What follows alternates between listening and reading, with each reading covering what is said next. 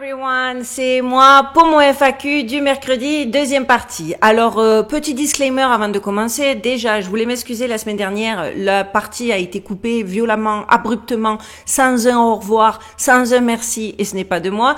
Et justement, c'est parce que je voulais vous expliquer que j'avais grandement manqué de temps en termes d'édition en milieu de semaine. En plus, le FAQ, faut savoir que ça faisait une seule et même partie, que c'est pour ça que ça a coupé brusquement, parce que c'était déjà enregistré et que malheureusement, je n'ai pas pu aller au bout de l'édition. Ce qui fait qu'aujourd'hui, je m'étais dit, tu vas recommencer, mais de façon à faire des raccords et que ça se voit pas, sauf que impossible de mettre la main sur le même t-shirt que je portais mercredi dernier. Donc du coup, ça veut dire que voilà, vous m'avez croché. Ici, c'est moi du futur qui vient faire quelques modifications sur l'enregistrement de mercredi dernier. Je n'ai pas eu cette semaine non plus. Je me suis dit, allez, lâche-toi et refais tout, réenregistre une deuxième partie. Mais pareil, j'ai manqué de temps. Bon, maintenant, vous savez pourquoi je manque de temps. Et même avec la meilleure volonté du monde, si j'avais voulu refaire un FAQ complet de deuxième partie, il aurait fallu que je renonce à ma vidéo du dimanche et ça, c'était juste pas possible. Donc, vous allez me voir ici, moi, aujourd'hui. Et vous allez voir des coupures avec le mois de mercredi dernier. Donc, le mois du futur voulait vous dire que nous allons démarrer la deuxième partie des FAQ, que je vais rajouter des petits points parce que à l'édition, je me suis rendu compte que j'avais pas été claire ou qu'il me manquait des petits détails, etc. Donc, je vais les rajouter. J'espère que du coup, ce sera quand même visuellement agréable, j'espère. Des fois, j'aurai un t-shirt rose, des fois, j'aurai un t-shirt vert. Bon, vous aurez compris d'où ça vient. Ce n'est pas un glitch dans la matrice. C'est juste moi qui vais faire un petit peu de bricolage et du rafistolage par rapport à ma vidéo de mercredi dernier. Pareil, on voit bien en termes de timing que je suis un peu fatiguée. Parce que j'ai l'impression des fois que quand les vidéos elles durent longtemps, je me fane. Au fur et à mesure, on voit qu'il y a tout qui décrépit. Bon, ça va pas louper. J'espère que pour le coup, ça va pas rendre le tout indigeste. J'aurais bien aimé enregistrer complètement, mais j'avais envie quand même de garder le côté spontané, parce qu'à savoir, même si j'ai écrit les questions, j'ai pris les questions, je voulais y répondre sans préparation, sans rien, et je voulais que ça reste un one shot. Donc j'aime pas trop y revenir, mais là, bon, je vais faire un patchwork de différents moments de mon FAQ. J'espère que vous allez aimer. Accrochez-vous, c'est parti, on démarre maintenant.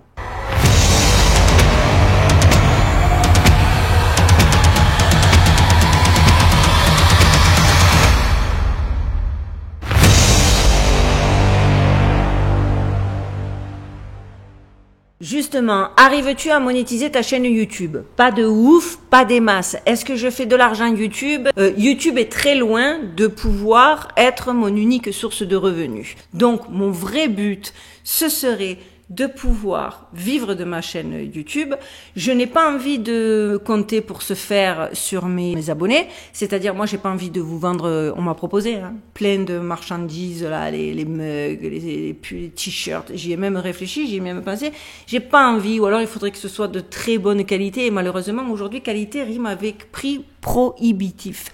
Donc moi je le vois plus en termes de publicité, mais c'est pareil, j'ai un gros dilemme parce que niveau pub, j'ai pas envie de couper. Et encore d'ailleurs YouTube, je crois qu'ils vont mettre les pubs, mais c'est de leur fait à eux, ils vont être un peu plus agressifs avec les pubs. Moi j'ai pas envie d'interrompre mes vidéos avec des pubs, j'ai pas envie. Donc je cherche des alternatives pour pouvoir générer plus d'argent. Parce qu'on peut pas dire qu'aujourd'hui je puisse arrêter aucun de mes jobs actuels parce que je peux pas, voilà, c'est compliqué. Donc, j'aimerais bien trouver un système. Mais idéalement, j'aimerais, je sais pas si vous connaissez Joe Rogan en France, mais moi, c'est ce que j'aimerais faire. J'aimerais être un podcasteur, inviter des gens hyper importants comme Graham Hancock, comme toutes ces personnes que Joe Rogan, il invite, faire des podcasts, des interviews, avoir mon studio, pouvoir faire des vlogs, partir à la découverte, être en immersion, faire des investigations. De base, si justement j'avais pas écouté ces bêtises à l'école où on te dit choisis un revenu ou choisis une orientation où t'es sûr d'avoir un job à la fin, j'aurais fait écrivain ou journaliste. Bon ben si je peux vivre ce rêve via ma chaîne YouTube, je serais la plus heureuse. Mais j'y travaille et je vais y arriver. Comment trouves-tu le temps pour tes vidéos? Dur. C'est dur. Heureusement, je vous le dis, je dors peu. Et je pense que c'est pour ça que c'est important si vous devez ouvrir une chaîne YouTube et si vous voulez qu'elle marche, déjà, il n'y a pas de secret, c'est du travail, c'est de la résilience, c'est aussi, il faut être pugnace au niveau de vos rendus vidéo, il faut que ce soit minimum 1 fois par semaine et tu ne peux le faire que si tu aimes ce que tu fais. Si dans ta tête, tu te dis, je fais une chaîne YouTube, j'aime pas le YouTube, j'aime pas les sujets que j'aborde, je le fais pour des raisons, ça marchera pas parce que c'est fatigant, c'est chronophage. Voilà. Heureusement, c'est ma passion qui est connectée à mes lectures, qui est connectée à tout un tas de choses et j'ai la chance de dormir très peu.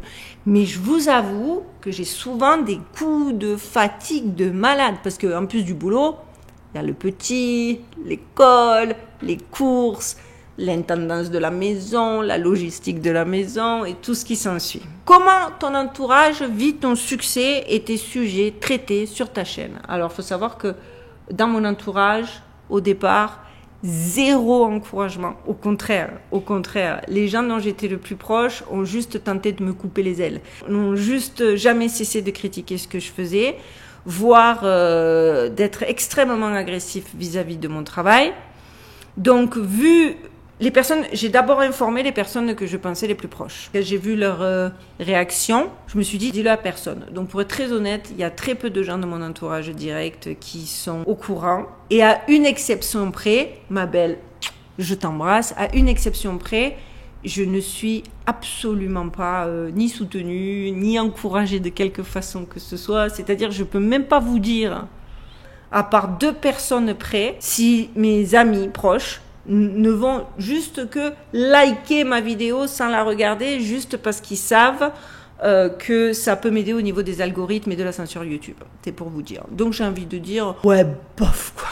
Arrives-tu à monétiser ta chaîne? Fais-tu des dollars avec YouTube? La question d'avant, je pense, a répondu. Par contre, justement qu'on aborde ce sujet, je voulais vous demander à vous, ma communauté préférée, quel produit pourrait vous intéresser? Quel code souhaiteriez-vous avoir? Par exemple, si vous souhaitez des bons plans, vous aimez une marque spécifique et vous vous dites, ah ben tiens, tu vois, cette marque-là, si elle a été 50% moins chère, ça aurait été mieux, ou celle-là, si je pouvais avoir un petit bonus, etc. Y a-t-il des marques, je le répète, spécifiques pour lesquelles vous aimeriez avoir des codes promo ou des bons plans? Parce que ça, les placements de produits, c'est, je trouve, l'idéal pour moi pour arriver à monétiser de manière concrète ma chaîne YouTube. Seulement, je veux pas non plus placer n'importe quoi, n'importe comment, encore que vous n'êtes pas des enfants et c'est à vous de savoir si le produit que je vais présenter vous intéresse ou pas.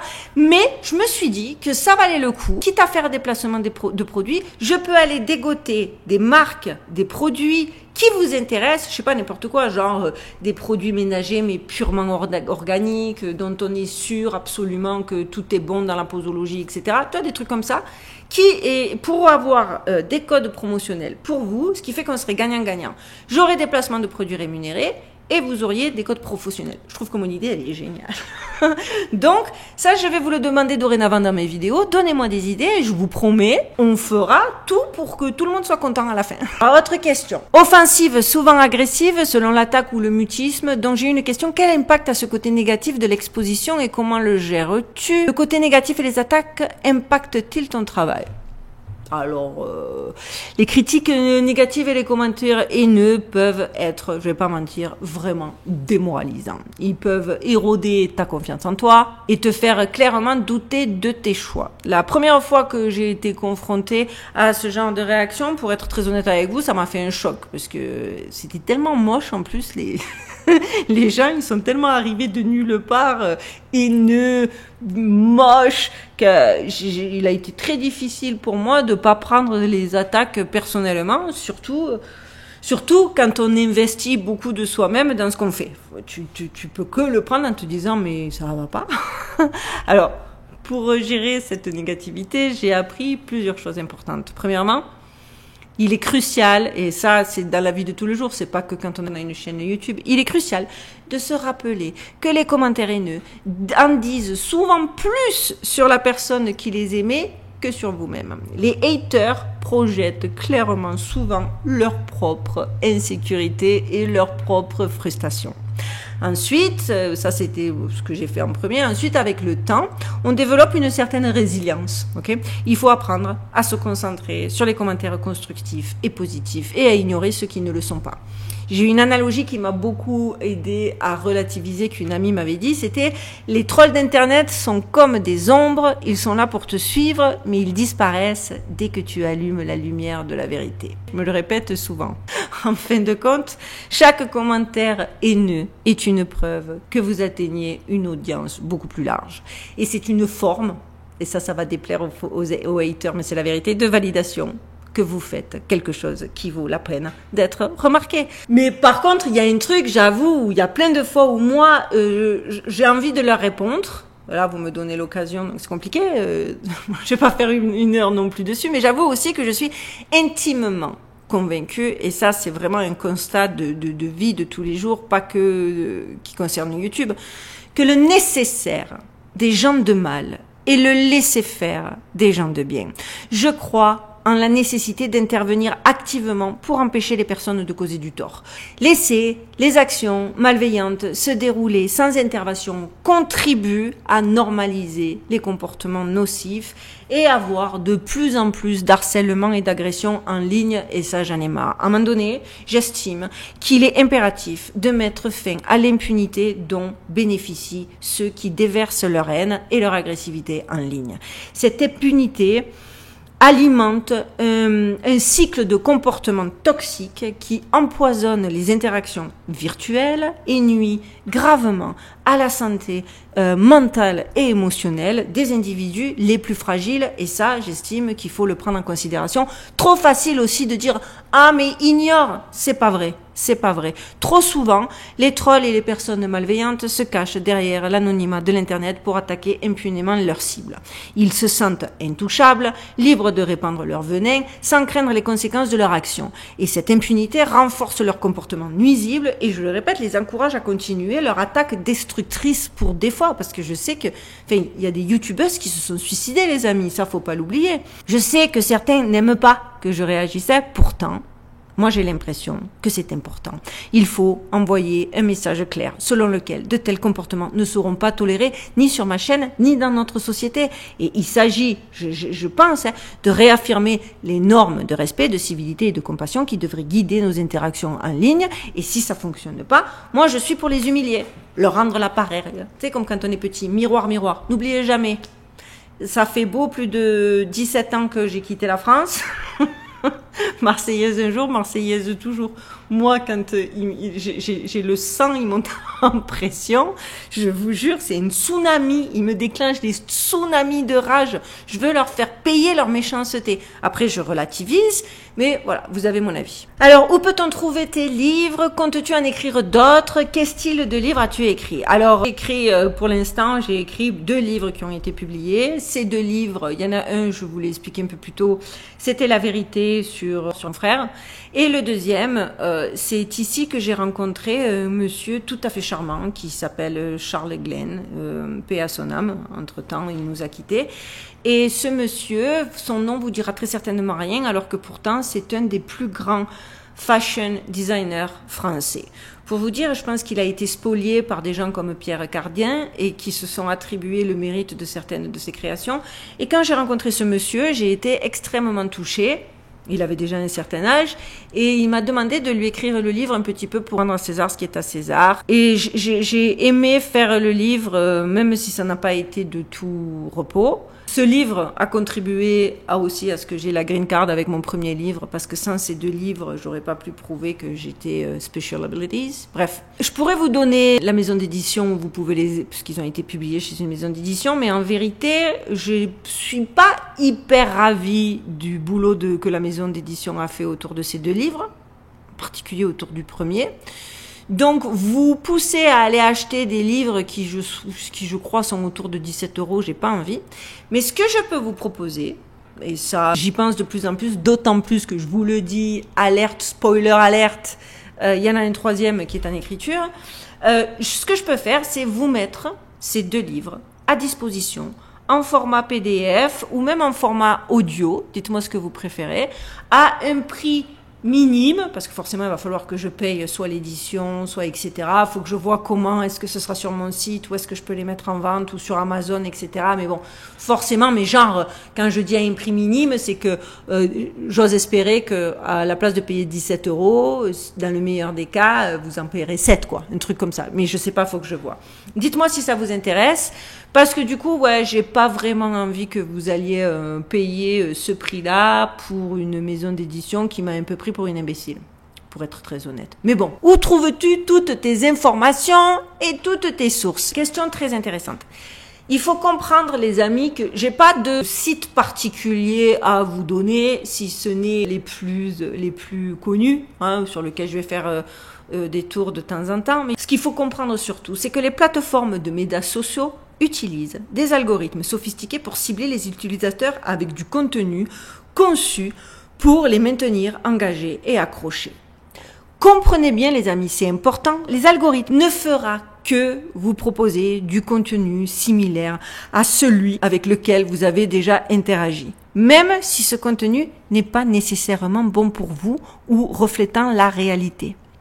En favorisant le contenu avec lequel vous avez déjà interagi, les algorithmes vous enferment dans des bulles de filtre. Et c'est là quelle est l'erreur. Vous ne voyez dorénavant plus que les informations qui corroborent ou qui confirment vos opinions déjà existantes, limitant votre exposition à des points de vue différents et en renforçant vos biais. Les algorithmes peuvent être utilisés pour supprimer, dites-vous ça, hein, ou rétrograder certains contenus jugés inappropriés ou nuisibles pour votre type de personnalité et compte tenu de vos recherches précédentes. Ça peut inclure donc des opinions minoritaires, des opinions dissidentes, limitant la diversité des voix et des choix présents sur les réseaux sociaux. La limitation, et c'est là que c'est grave, à l'exposition à des opinions différentes peut exacerber les divisions sociales et politiques en créant des camps opposés qui ne se comprennent plus parce qu'ils ont enfermé. Moi, je le sais, vu que je suis d'une extrême tolérance, j'ai les deux cas de figure. Et dans les deux cas, il y a un comportement significatif qui revient, c'est que chacun est convaincu que l'autre a des fakes. Parce qu'ils n'ont pas vu les mêmes infos, parce que de leur côté à eux, ce qu'ils voient, c'est unilatéral, de l'autre côté, c'est aussi unilatéral, et en fait, ils s'affrontent sans jamais pouvoir s'enrichir d'un point de vue opposé. La diversité d'opinions est essentielle pour un débat public sain et constructif. En la limitant, les algorithmes nuisent à la qualité du débat et à la prise de décision éclairée.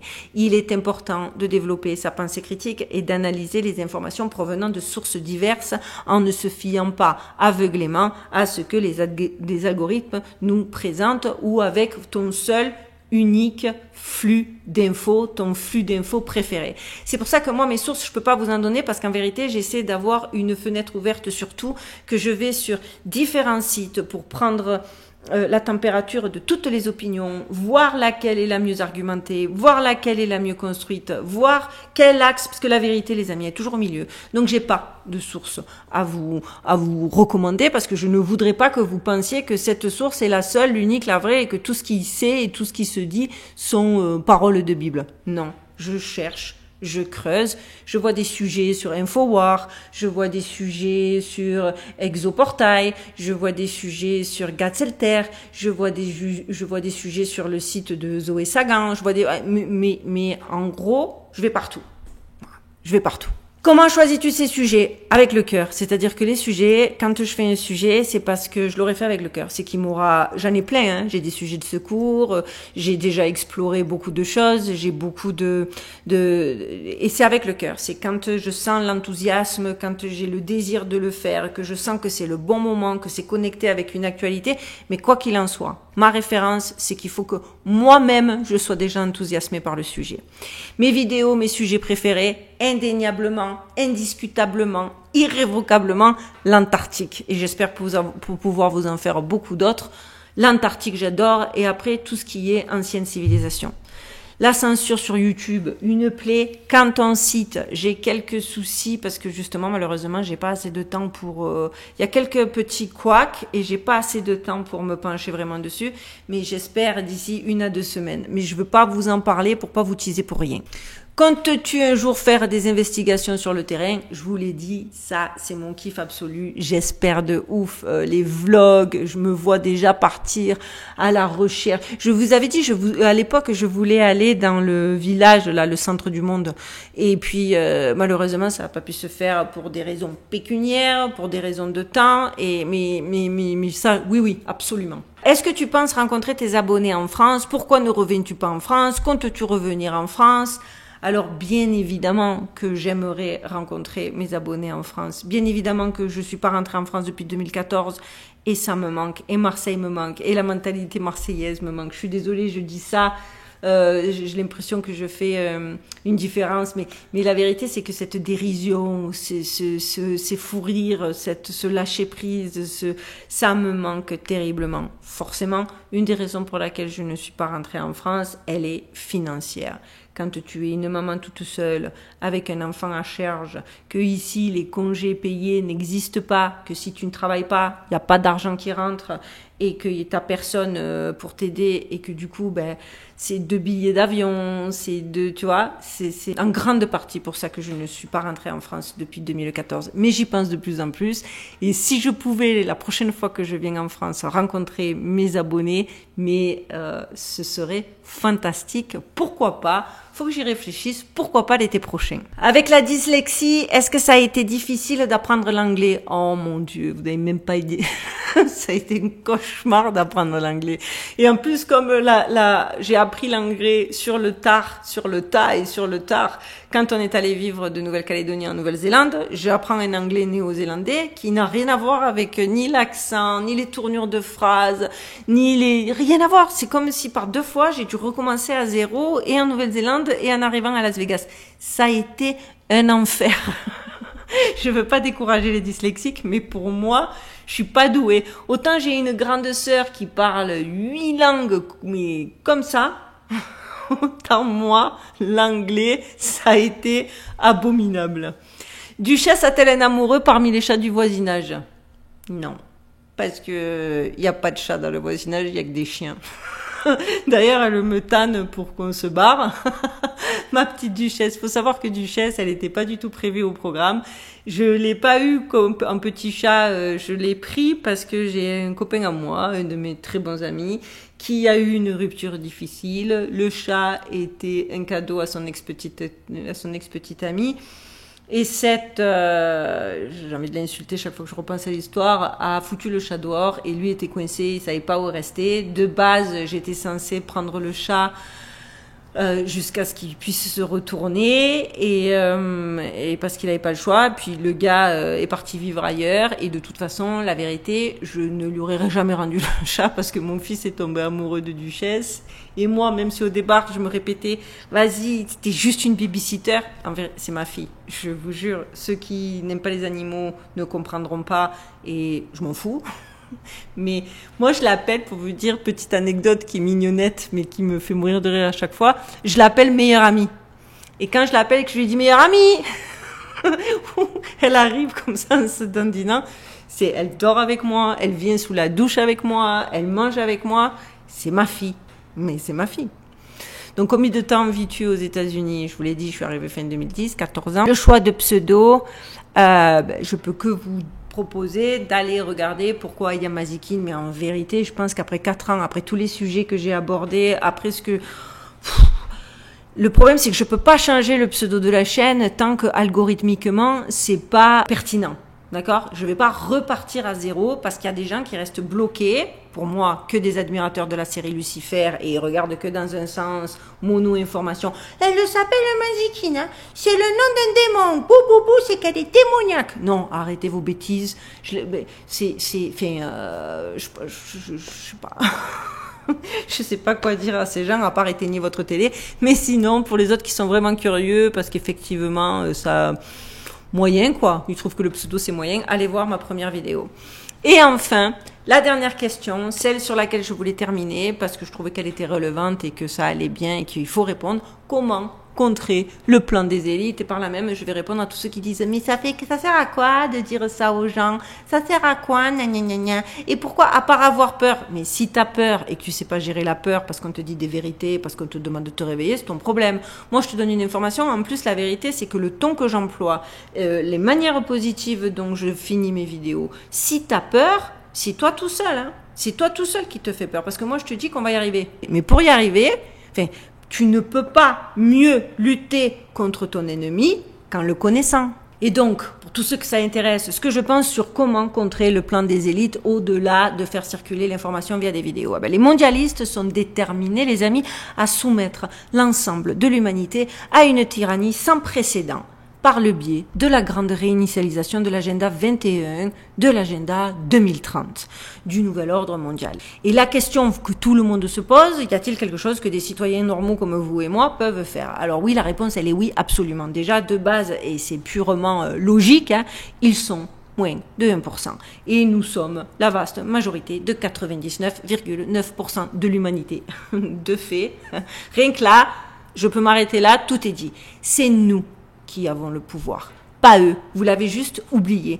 Leur plus grande crainte, justement, est que nous nous en rendions compte. Et le meilleur moyen pour que certains s'en rendent compte, c'est de ne pas rester silencieux, de ne pas croire que de rester calme, sympa et silencieux, ça va vous protéger. Lorsque nous restons sans rien faire, nous participons à l'acte criminel qui se déroule en ce moment même sous nos yeux. Alors oui, pour certains, on fait des vidéos, à quoi ça sert? Déjà, ça sert à pas rester silencieux. Ça sert à sensibiliser les gens, parce qu'il y en a certains, c'est de la mauvaise foi, mais il y en a certains, juste, ils savent pas. Hein. Ils sont à mille lieues, tu vois, ils sont occupés à scroller sur leur téléphone. Et le truc, ça le laisse de marbre. Tant que tu lui en as pas parlé, il percutera jamais. Une fois que les masses de l'humanité se lèvent simultanément et commencent à prendre des mesures intelligentes, ça en est fini des élites criminelles. La clé du succès de ces opérations criminelles est justement l'ignorance du public. Leur pire cauchemar à ces gens, c'est que l'humanité prenne conscience de ce qui se passe. Car une fois que les gens comprendront ce qui se passe réellement, vous savez quoi? Ils résisteront. Et les plans des dirigeants corrompus échoueront. C'est pour ça qui, eux, concentrent tous leurs efforts sur le lavage de cerveau de la population pour les maintenir dans l'ignorance. Et vous, là, en vous passant arrogant, en venant crier sur mes abonnés, parce qu'à la limite, vous criez sur moi, je m'en fous, mais des fois, je vous vois agresser certaines de mes abonnés et ça me dégoûte. Vous, là, hein, vous participez en vous pensant plus intelligent et en venant dire, mais pourquoi faire ça si c'est juste pour prendre de la... Parce que vous êtes obsédé en plus par l'argent, mais ça, c'est votre problème. Ah, elle fait ça pour la thune. Qui est doux, je fais ça. Encore heureux que j'ai de l'argent YouTube pour un travail qui mérite salaire en vérité, mais en aucun cas je fais de l'argent sur le dos des gens. Soyez honnêtes, arrêtez de vous cacher derrière des expresses fallacieux juste parce que vous voulez continuer à dormir ou parce que vous êtes peut-être payé par la matrice pour venir nous dire ça sert à rien, restez les bons moutons que vous êtes. Et si vraiment vous le faites par conviction, dites-vous que vous servez ces gens et vous servez pas la cause. Notre objectif principal doit donc être d'utiliser tous les moyens possibles pour informer les gens autour de nous. Partagez des vidéos, des articles, des rapports. N'abandonnez jamais cette tâche. Foutez-vous-en si on se moque de vous parce qu'au final, vous avez raison. Nous devons ouvrir les yeux des gens pour qu'ils cessent de se conformer et qu'ils commencent à résister. En gros, il faut utiliser tous les moyens à notre disposition pour sensibiliser les gens autour de nous. Partagez la vérité pour que les gens commencent à réfléchir. Ne vous attendez bien évidemment pas à des résultats immédiats, mais commencez par lâcher quelques bombes de vérité ici et là qui peuvent activer ou réactiver le processus de pensée critique des bonnes personnes. Et ça, c'est tellement le plus important. Renseignez-vous aussi, par exemple, sur les lois de votre pays, parce qu'il faut bien comprendre que ces criminels de l'élite violent toutes les lois imaginables. Ils sont l'anarchie incarnée. Ils foulent aux pieds toutes les constitutions, tous les accords internationaux, tous les codes médicaux. Ils se moquent de tout. Si vous apprenez à connaître les lois de votre pays, vous pourrez résister à la tyrannie et leur faire remarquer qu'ils commettent des actes de terrorisme, des meurtres, des abus, des trahisons, etc., etc. Entrez aussi un système en contact avec des personnes partageant les mêmes idées afin d'apprendre d'elles et de vous aider les uns les autres. C'est tout le but de ma communauté. Veillez aussi toutefois à ne jamais laisser qui que ce soit vous contrôler. Ni un youtubeur, ni un pasteur, ni un ami, ni un père, ni un frère. Il faut vraiment que vous soyez alignés avec vos convictions. Il faut que ça parle à votre cœur. Construisez des communautés saines, pas des espèces de petits cultes. C'est pour ça qu'ici, j'essaie de pas censurer, j'essaie de répondre aux haters, j'essaie de voir toujours les deux côtés de la médaille, parce que vraiment, c'est important. Se renfermer sur nous en se congratulant parce qu'on a vu, on a su, on était là, c'est des cultes pour moi. Donc ça, je veux pas. Et enfin, surtout, chercher activement des connaissances et des vérités. Ça, c'est un acte profondément transformateur. En s'engageant dans cette quête, on simule notre esprit critique et on élargit notre conscience. Cela nous pousse à dépasser les apparences et à explorer des perspectives nouvelles et différentes. Ce processus d'exploration et de questionnement nous ouvre à une forme d'éveil, car cela nous permet de voir le monde de manière plus nuancée et beaucoup plus éclairée. Cette élévation de conscience que, à travers vos recherches, vos questionnements, a des répercussions au-delà de l'individu, et c'est ça que certains ne comprennent pas. Chaque personne qui cherche à comprendre et à s'informer contribue à une vibration collective plus élevée. La connaissance et la conscience sont les amis des énergies puissantes qui peuvent transformer des environnements et des communautés ainsi que des sociétés entières. En élevant votre niveau de conscience, nous influençons positivement ce qui nous entoure, créant ainsi un effet domino de prise de conscience et de développement personnel et forcément collectif. Par ailleurs, ça nous permet justement de ne plus nourrir un égrégore de peur et c'est déjà une action significative. Pour ceux qui ne le savent pas, un égrégore est une pensée collective qui se renforce par l'attention et l'énergie qu'on lui accorde. En refusant de céder à la peur et en choisissant plutôt de s'informer et de comprendre, nous affaiblissons cette énergie négative. Cela permet de libérer de l'espace pour des énergies plus positives et plus constructives. En d'autres termes, ne pas nourrir la peur, c'est déjà œuvrer pour un monde meilleur. Et enfin et surtout, ne vous laissez pas déstabiliser de grâce par ceux qui se moquent de vous, qui vous critiquent. Critiquez ceux qui cherchent à s'informer et non seulement contre-productif, mais c'est aussi une forme de régression. Encourager la quête de la connaissance, c'est promouvoir le progrès de l'évolution. Dénigrer cette démarche, c'est choisir de rester stagnant, voire même de régresser. En somme, se moquer de quelqu'un qui essaie de s'informer, c'est un peu comme rire de quelqu'un qui essaie d'apprendre à nager alors qu'on est en train de se noyer soi-même. C'est non seulement inutile, mais cela nous empêche tous d'avancer. Et après tout, si on n'avance pas, on finit bien par moisir. Et de surcroît, on n'est pas des arbres. Voilà les amis, c'est sur ces paroles que je vais terminer ce FAQ qui, je l'espère, ne durera pas des heures. Je l'espère que vous irez jusqu'au bout pour pouvoir avoir toutes les informations. J'attends vos réactions avec impatience. N'oubliez pas, de toute façon, il y aura quand même une vidéo dimanche, cette semaine. J'étais au taquet. Qui sera peut-être un petit peu plus courte parce que forcément. Et voilà, j'espère que j'aurai répondu à toutes vos questions. N'oubliez pas de liker, de partager, de commenter cette vidéo. Je vous retrouve donc dimanche. J'espère que cette vidéo vous aura plu, qu'elle n'aura pas été longue. J'ai l'impression qu'il s'est écoulé 3 jours. En attendant, je vous souhaite de passer donc une bonne fin de semaine. À dimanche. En attendant, prenez bien soin de vous. Prenez bien soin de vos proches. Gardez l'œil ouvert et surtout, stay safe. À dimanche.